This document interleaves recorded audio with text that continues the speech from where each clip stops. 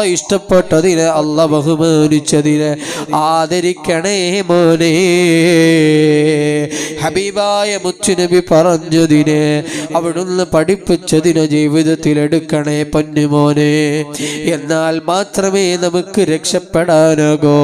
എന്നെ ശബ്ദം ശ്രവിക്കുന്ന യുവാക്കളെ, എന്നെ ശബ്ദം ശ്രവിക്കുന്ന ഉമ്മമാരെ, സഹോദരിമാരെ, നാളെ ഖബറെന്ന് പറയുന്ന 6 അടി മണ്ണിലേക്ക് പോകേണ്ടവരാണ്. എത്രയോ വർഷക്കാലം അവിടെ ജീവിക്കേണ്ടവരാണ്. ഉമ്മമാരെ, ആ ഖബറിൽ നിലകൊള്ളാൻ വേണ്ടി എന്തെങ്കിലും നാം ഇവിടെ സമ്പാദിച്ചു വെച്ചിട്ടുണ്ടോ? ആ ഇരുളടഞ്ഞ ഖബറിലേക്ക് വെളിച്ചം കിട്ടാനുള്ള എന്തെങ്കിലും നമ്മൾ ഈ ദുനിയാവിൽ സമ്പാദിച്ചിട്ടുണ്ടോ? ഇല്ല. ഒരുപാട് ലക്ഷങ്ങൾ